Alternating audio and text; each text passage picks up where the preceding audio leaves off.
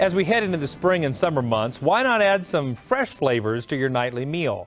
Chef Shanoa French of the Beef Culinary Innovation Center at NCBA is with us to talk to us about a beef and asparagus pasta toss. Absolutely. Tell us what you have here. Well, this is one of our quick weeknight meals, and as most people think about ground beef, they think of tacos, spaghetti sauce, something that they just throw together, and we want to give them another option. This is also one of those meals that you can have on the table for a family of 4 in less than 30 minutes. Perfect. So we're going to start with the pasta.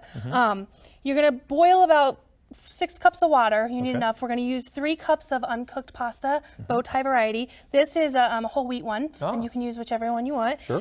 When we talk about boiling pasta, we want to make sure that we add enough salt to the water. Really?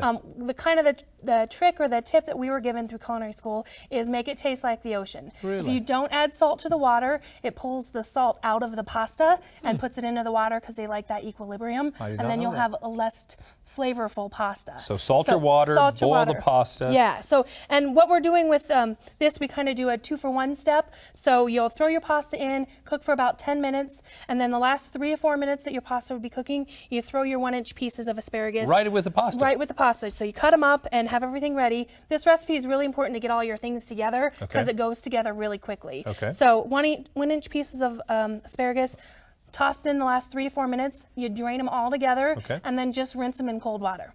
So that way it kind of stops. We call it blanching and shocking your vegetables. We'll keep your nice green color as we go through this. Very good. So get these together and kind of put them aside. So it's looking good so far. I love asparagus. All right, then we have our ground beef, just a pound of ground beef, and go ahead and brown it on the stove. You can brown that on the stove while your pasta is boiling. Take it out of the pan, pour off the drippings. We recommend using 90% lean and above, so you won't have a lot, but go ahead and put that aside on the bowl. And now we're ready to get cooking. So hot skillet, and again, I like to use a larger skillet and toss everything into one stove instead of having to toss things back into the bowl. So I use a little bit larger one. If you don't have one at home, you can kind of go the other way. We're going to start with a little bit of olive oil. So about 3 tablespoons of olive oil. Go ahead and put this in there. If you don't want to use olive oil, you don't have to. Got your heat on kind of low, but what we're going to want to do is we've got some shallots, and this is about 1/4 cup of shallots, minced. If you can't find shallots, you can use onions. They're all kind of in the same family. These are just a little stronger. Very good. So go ahead and some flavor to that pasta. Toss these in there. You want to make sure your oil is a little warm before you start adding stuff in there. As you can hear, it's starting to sizzle. The vegetables will absorb less oil if it's hot. I see. So there's your shallots. The next thing we're going to add is 2 to 3 cloves of minced garlic. Love garlic. More if you like it, less if you don't. So that goes in. I'm smelling it already. It smells great. And then to top that off, we're going to do just a little bit of salt and pepper. All right. And how long are you going to cook this then? You know, this is quick, so it kind of depends on how hot your pan is. You're going to want to, as we talk about either sweating or kind of reducing down those, you want to bring out their flavor by the heat. And you almost want to make your shallots that translucent, as you can start to smell them. You don't want to cook them too long, because otherwise you'll burn the garlic. And also olive oil has a lower smoke point than most oils, so you don't want them too hot. So that's why you kind of keep it on lower heat. It smells great, Shanoa. Yeah, you'll give them a couple stirs, let them get nice and translucent, and then as this happens, we're going to add our ground beef. We're going to add that back in. So this will go back into the pan, and it'll help you.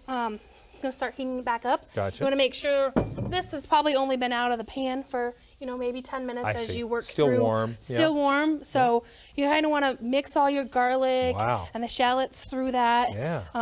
Get a little bit of the olive oil and the salt and pepper all incorporated. It smells great. That's outstanding. So once you're there, and I talked about, we're going to do all of this will go into here. In the same, Yeah, if your pan's not big enough at home, then you can go the other way. That's great. So what I'll do is I'll slowly slide all these guys in there. And the olive oil is kind of working as your sauce that's in there. You can throw that right down there. So, and this comes the toss part. So you can either do it in a big bowl or I want to see you kind of tossing it on the skillet, maybe. I don't know if the skillet's quite big enough. I'm going to end up with pasta tossed all over the counter, Kevin. That's so you'll toss this all together, and you can either serve it family style directly out of the skillet, or you could portion it up.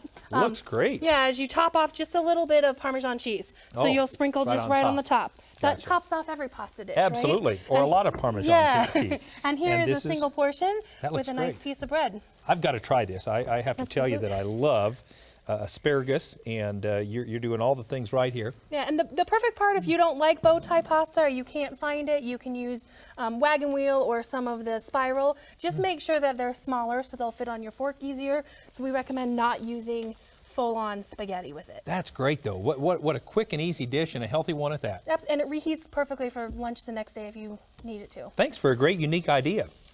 For this recipe and others featuring great tasting beef, head to our website at cattlementocattlemen.org.